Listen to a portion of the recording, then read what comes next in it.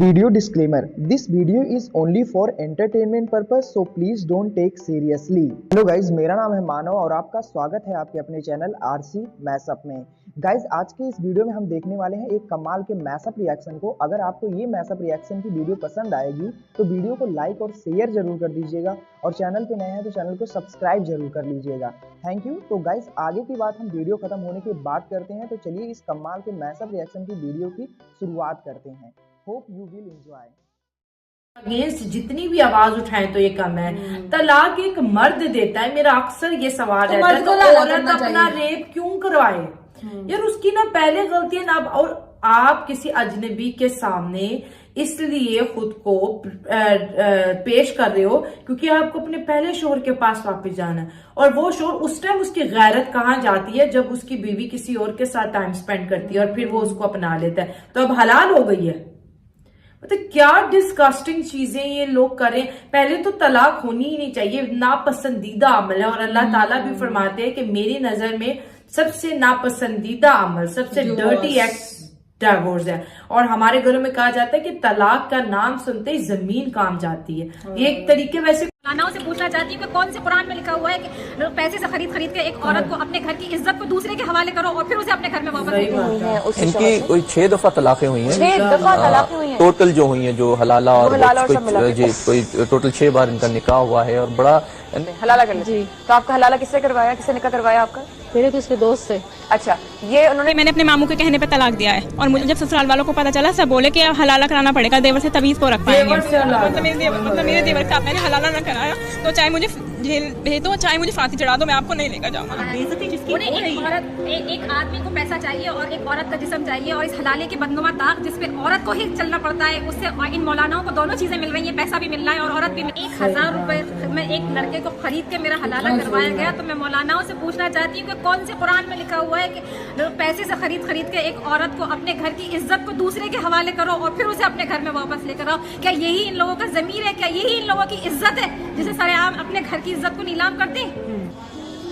ये इसके दोस्तों ने और सब ने मिलकर यही फैसला किया कि अब इसको बच्चा भी हो गया तो जाने नहीं देंगे, तो कर लेते हैं। क्या कर लेते हैं? हलाला कर लेते हैं जी। तो आपका हलाला किससे करवाया, किससे निकाह करवाया आपका? मेरे तो उसके दोस्त से। अच्छा, ये उन्होंने नियत करके करवाया था जी, नियत की कि आपसे दोबारा निकाह करेंगे, लेकिन पहले अपने दोस्त से आपकी निकाह करवा दिया। जिस दोस्त से आपका निकाह हुआ था उनके साथ आप कितने अरसे रही? एक दिन रही। कितनी दफा इनकी तलाकें हुई हैं? इनकी कोई 6 दफा तलाकें हुई हैं। 6 दफा तलाकें हुई हैं टोटल जो हुई हैं, जो हलाला और कोई टोटल 6 बार इनका निकाह हुआ है। और बड़ा यानी मैं बता रहा हूँ कि जब हमने इसमें आके सुनाई थी तो हमें तो यकीन नहीं आ रहा था कि इस तरीके से भी होता है हमारे माशरे के अंदर, हमारे लोगों में। और जो सबसे बड़ी जो अफसोस की बात थी, जो दुख की बात थी, वो ये थी कि वो साहब जो थे वो खुद लोगों को नमाज पढ़ाते थे, लोगों को दर्स देते थे, और लोग धोखे में थे उनके। हलाला पे आपको तलाक दे दी? मैंने बोला कि आज चलते हैं, 1 हफ्ता हो गया है, तो उन्होंने बोला नहीं कल जाएंगे। जस्ट इतनी बात पे उन्होंने कहा तलाक तलाक तलाक वर्ड बोल दिया, और फिर बाद में कहते हैं कि मैंने अपने मामू के कहने पे तलाक दिया है, और मुझे वापस मेरे ससुराल लेकर आ गए। और ससुराल में ला के जब ससुराल वालों को पता चला सब बोले कि अब हलाला कराना पड़ेगा, देवर से तवीज को रख पाएंगे। आपके पति आपसे अभी क्या कहते हैं? अभी भी वो आपको वैसा ही झूठा दिलासा कहते हैं? घर में मतलब मेरे देवर के साथ मैंने हलाला ना कराया तो चाहे मुझे जेल भेज दो, चाहे मुझे फांसी चढ़ा दो, मैं आपको नहीं लेकर जाऊंगा। अब उन्होंने काउंसलिंग में साफ ओपनली सबके सामने बोल दिया है, उन्होंने पुलिस के सामने भी यही बोला है कि हलाला कराओ तो लेकर जाएंगे। मतलब आपके पास उन्होंने कोई विकल्प नहीं छोड़ा है? हलाला, तलाक, पहले 3 तलाक और फिर अब हलाला। तो जब तलाक हो ही गया था तो फिर उसके बाद हलाला करने की क्या जरूरत? मैं वापस जब अपने घर आई और जब मैं रात को सोने के लिए ऊपर अपने कमरे में जाने लगी, तब मेरी बुआ सास ने, मेरी फुफिया सास ने मुझसे ये कहा कि दुल्हन ऊपर मत जाना अपने कमरे में। मैंने कहा क्यों? कि हमने फतवा झूठा निकलवाया था, तुम्हारी तलाक हो चुकी है, हलाला होगा। अभी मैं एक मौलाना साहब से डिबेट में बैठी हुई थी, तो उन्होंने मुझसे ये कहा कि जब आपकी तलाक हो जाती है तो आप वापस क्यों जाते हो उसके पास? आज मैं ये सवाल मौलाना साहब से पूछती हूँ कि उस वक्त रास्ता क्या था? मायका ख़त्म हो चुका था और ससुराल में ये सवाल आ गया था कि हलाला होगा नहीं, और ये सवाल कि हलाला दुनिया को दिखाने के लिए करना, जैसा कि तुमने दुनिया को दिखाने के लिए फतवा निकलवाया।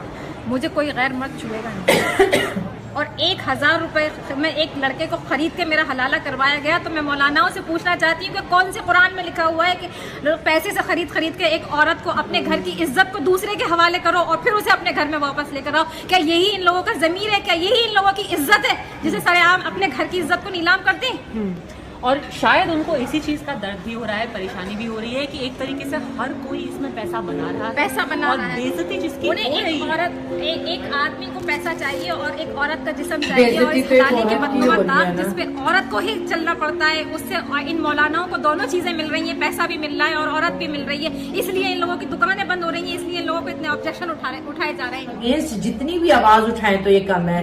तलाक एक मर्द देता है, मेरा अक्सर ये सवाल है, औरत अपना रेप क्यों करवाए? यार उसकी ना पहले गलती है ना, और आप किसी अजनबी के सामने इसलिए खुद को पेश कर रहे हो क्योंकि आपको अपने पहले शोहर के पास वापस जाना है, और वो शोहर उस टाइम उसकी गैरत कहाँ जाती है जब उसकी बीवी किसी और के साथ टाइम स्पेंड करती है और फिर वो उसको अपना लेता है, तो अब हलाल हो गई है। तो क्या डिस्कस्टिंग चीजें ये लोग करें। पहले तो तलाक होनी ही नहीं चाहिए, नापसंदीदा अमल है, और अल्लाह ताला भी फरमाते हैं कि मेरी नजर में सबसे नापसंदीदा अमल, सबसे डर्टी एक्ट डिवोर्स है। और हमारे घरों में कहा जाता है कि तलाक का नाम सुनते ही जमीन काम जाती है। ये एक तरीके वैसे कोर्स है कि इतनी गलत चीज है। 1000 रुपए में हलाले हो रहे हैं, देवर के साथ हलाले हो रहे हैं, ससुर के साथ।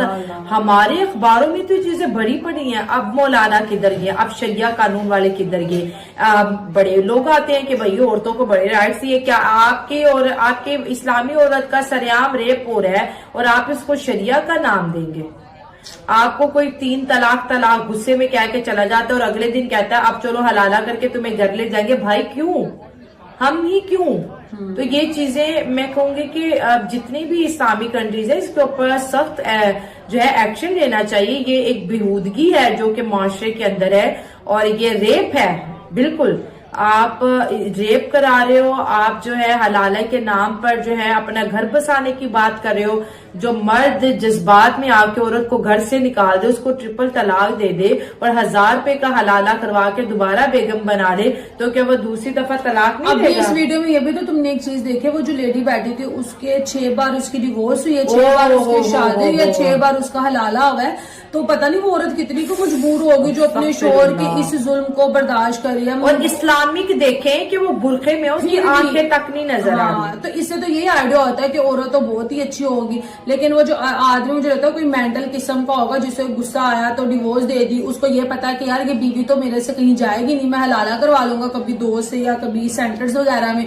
तो कुछ मैं बताऊं, कुछ लोग ऐसे भी होते हैं कि वो ये चीज छुपा लेते हैं। जैसे एक लड़की भी बोल रही थी कि मेरे घर वालों को नहीं पता था, मुझे मेरे शोहर ने डिवोर्स दे दी, फिर कहते मेरे देवर से शादी करो, ये करो वो करो।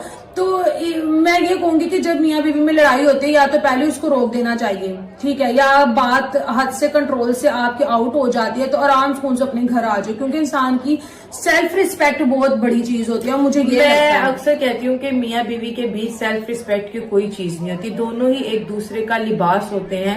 और बात नहीं हलाले तक क्यों जाए। हाँ देखो ना, सेल्फ रिस्पेक्ट का मामला इन लोगों के दरमियान में आ जाता है। हाँ। जब एक इंसान आपको डिवोर्स दे देता है, ठीक है, तो उसके साथ फिर रहना ये है कि आप लोग अपनी भारत पे बात ला रहे हो, तो वो एक सेल्फ रिस्पेक्ट। अब देखिए लोग कहते हैं मेरे हस्बैंड ने मुझे गुस्से में ये बोल दिया, तो नहीं, अगर उसने 1 मिनट 2 मिनट गुस्सा किया, आधा घंटा गुस्सा किया, आप उस टाइम उसको सुने, बर्दाश्त करें। कुछ टाइम के बाद एक अच्छी सी कॉफी या जूस जो भी उस टाइम उसको दें।